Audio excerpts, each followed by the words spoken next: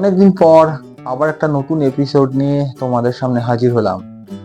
কাল যেহেতু 15ই আগস্ট, তাই সেই উপলক্ষে আমরা আবার বেরোতে চলেছি একটা নতুন জায়গায়। আমি কিন্তু একেবারে তৈরি বেরোনোর জন্য। বেশ কিছুক্ষণের মধ্যেই রেডি হয়ে এবার বেরোনোর পালা।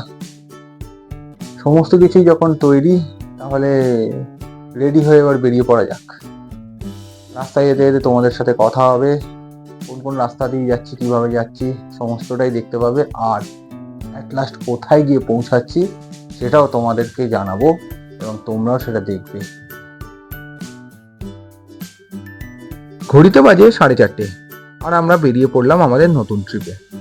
আমরা পড়লাম তার কারণ এবারের ট্রিপে আমার সাথে আমার গিন্নি তো যাচ্ছেই, এছাড়া আমার বোনও যাচ্ছে। ও যাচ্ছে সুনয়নের বাইকে। বেহালা থেকে বাকিরা আমাদের সাথে মিট করবে পিটিএসে।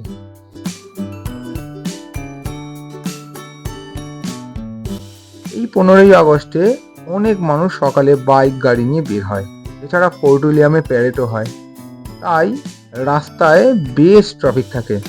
আমরা সেই জন্যই একটু সকাল সকাল বেরোনোর চেষ্টা করেছি, কিন্তু এর মাঝেই খবর এসেছে বেহালাতে মানে সাউথে অলরেডি বৃষ্টি শুরু হয়ে গেছে। আমরা সবাই প্রিপারেশন নিয়েই বেরিয়েছি, দেখা যাক তারপর কি হয়। কথা বলতে বলতে আমরা বাঁ পাশে নিক্কো পার্ককে রেখে এগিয়ে চলেছি চিংড়িঘাটার দিকে। এখন আমরা পৌঁছে গেলাম গৌর কিশোর মেট্রো স্টেশনের সামনে। চিংড়িঘাটার মেট্রোর কাজ প্রায় শেষের পথে, সেটা তোমরা দেখতেই পাচ্ছ। মোস্ট প্রবাবলি ডিসেম্বর মাসে এই মেট্রো চালু হয়ে যাবে। আমরা চিংড়িঘাটা থেকে মা ফ্লাইওভারের দিকে এগিয়ে চলেছি। বেশ কয়েক মাস পর আজ আবার রাইডে বেরিয়ে মনটা বেশ লাগছে। মা ফ্লাইওভারে আমরা উঠে পড়লাম, কিন্তু সামনেই দেখো আইটিসি রয়্যালের ব্যাকগ্রাউন্ডটা জাস্ট দেখো, বৃষ্টি আসবেই। ভিউটা কিন্তু দারুণ লাগছে। তার সাথে এটাও মনে হচ্ছে আমাদেরকে এখনই দাঁড়িয়ে পড়তে হবে, তার কারণ বৃষ্টি কিন্তু আসবেই।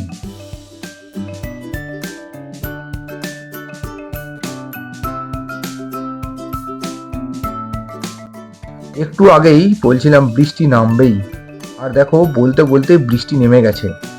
আমরা সমস্ত রেন কভার পরে নিয়েছি আর পিটিএস এর দিকে এগিয়ে চলেছি। বৃষ্টির জন্যই বেশ কিছুটা দেরি হয়ে যাচ্ছে আমাদের। ভারী বৃষ্টির কারণে মাঝে আমরা ভিডিও করতেই পারিনি। পিটিএসে আমরা একসাথে দেখা করে এখন নবান্নকে ডান হাতে রেখে কোনা এক্সপ্রেস ধরে সাঁতরাগাছির দিকে এগিয়ে চলেছি। সাঁতরাগাছি ব্রিজের সামনে কাজ চলছে, আর তাই রাস্তার অবস্থা বেশ খারাপ। এখন আমরা আছি NH-12-এ, এটা গিয়ে মিশেছে NH-16-এ। আমরা কোলাঘাটের রাস্তা ধরে এগিয়ে যাচ্ছি। এবারের এই গ্রুপ রাইডে আমরা মোট 10 জন মতো যাচ্ছি। পিটিএসে আমাদের সাথে মিট করেছে তন্ময়, তমাল, পুলক, অর্পণ।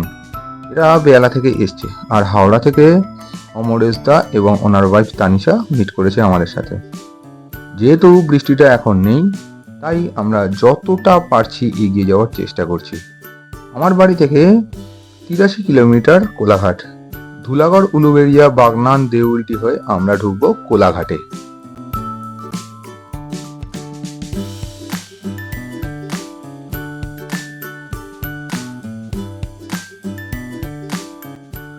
আজ ভারতবর্ষের 80তম স্বাধীনতা দিবস, তাই রাস্তায় নানা জায়গাতে পতাকা বিক্রি হচ্ছে। আরও অনেক রাইডার রাইড করে নিজের নিজের ডেস্টিনেশনে যাচ্ছে। এসব দেখতে দেখতে প্রায় ঘন্টা দেড়েক পরে আমরা পৌঁছালাম কোলাঘাটে। নিচে রূপনারায়ণ বয়ে যাচ্ছে তার নিজস্ব সৌন্দর্য নিয়ে।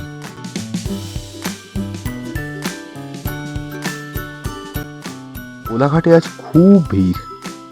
আমরা তার মধ্যেই ব্রেকফাস্ট সেরে রওনা দিলাম খড়গপুরের দিকে।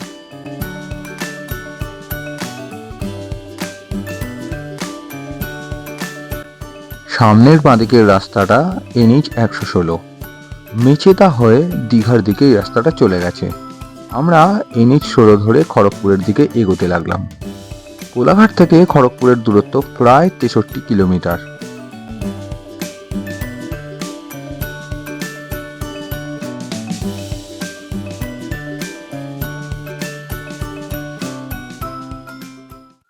বৃষ্টির দাপট কেটে গেছে, ঝলমলে আকাশে সূর্যি মামা খিলখিলি হাসছে, আর সুন্দর রাস্তার বুকে ফ্লাইং জেটগুলোর পিঠে চড়ে আমরা উড়ে চলেছি।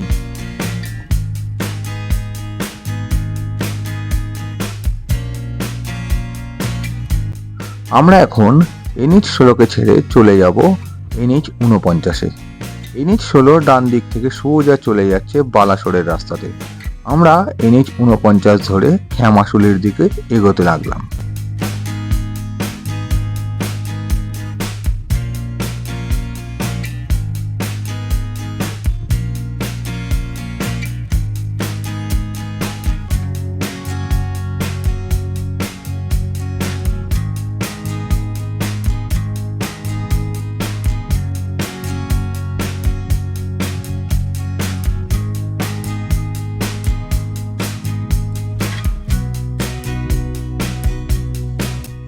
NH-49-এ বেশ কিছু জায়গাতে ফ্লাইওভারের কাজ চলছে, যেখানে জনবসতি আছে।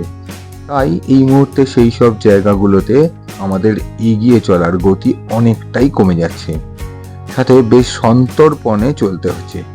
কিন্তু ভাগ্যে থাকলে আর কে খণ্ডাবে। খেমাশুলি স্টেশনের সামনে আমাদের একটা বাইকের পাংচার হয়ে গেল। যাই হোক, রাস্তার পাশে দোকান পেয়ে সেটাকে সারিয়ে আমরা এগিয়ে চললাম সামনের দিকে। পথে লোধাশুলির জঙ্গল পড়ল। দুধারে লোধাশুলি জঙ্গলের মাঝে সুন্দর রাস্তা ধরে আমরা এগিয়ে চললাম পশ্চিমবঙ্গ আর ঝাড়খণ্ড সীমান্তের দিকে। লোধাশুলির জঙ্গল পশ্চিমবঙ্গের ঝাড়গ্রাম জেলায় অবস্থিত। শাল, পিয়াল, সেগুন গাছে ঘেরা এই জঙ্গল। কলকাতা থেকে প্রায় 155 কিলোমিটার দূরে এই জঙ্গল অবস্থিত।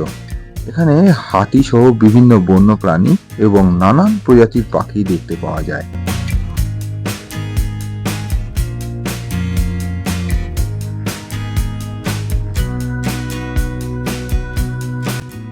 সামনের বোর্ডে লেখা আছে বাহারাকোড়া 16 kilometre, Raipur 662 kilometre, Nagpur 945 kilometre.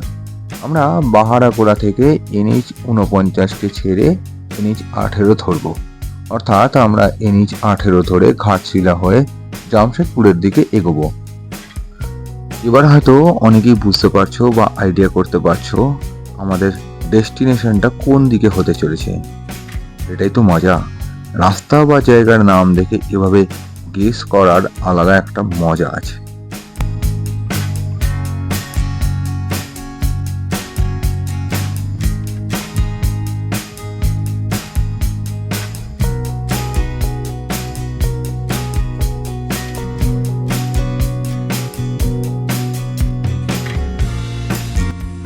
ঝাড়খণ্ডে পেট্রোল প্রাইস 105 টাকা 61 পয়সা, কলকাতার থেকে 8 টাকা মতন কম।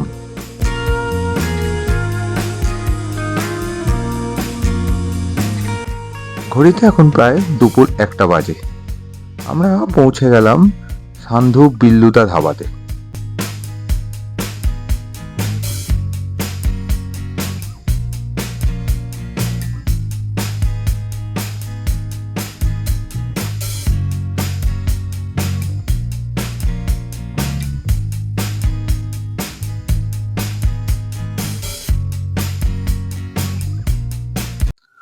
দুপুরের মধ্যাহ্নভোজের পর আমরা NH-18 ধরে জামশেদপুরের দিকে এগিয়ে যেতে লাগলাম।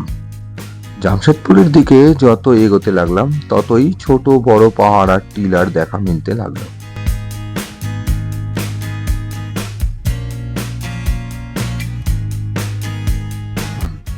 এখান থেকে জামশেদপুর 14 কিলোমিটার আর রাঁচি 139 কিলোমিটার। আমরা যেহেতু রাঁচি যাচ্ছি তাই আমাদের রাস্তা এখনো অনেক বাকি। এদিকে দূরের পাহাড়ের সাথে এই ন্যাশনাল হাইওয়ে যেন মিশে গেছে। এইসব দৃশ্য একটা আলাদা অনুভূতি জাগিয়ে তোলে, মনে আলাদা একটা উচ্ছ্বাস এনে দেয়, খুশির বন্যা বয়ে যায় মনে। এই মুহূর্তে আমরা জামশেদপুরে আছি। রাস্তার ডেভেলপমেন্টের কাজ চলছে, তাই বেশ খারাপ রাস্তা।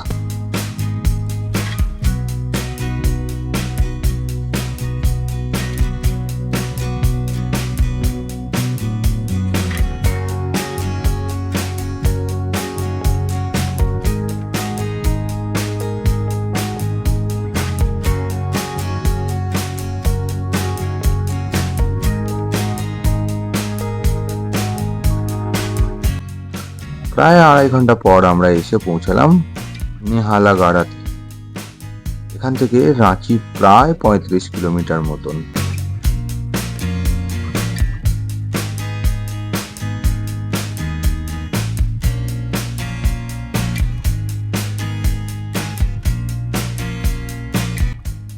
রাঁচি পৌঁছাতে পৌঁছাতে সন্ধে নেমে এলো।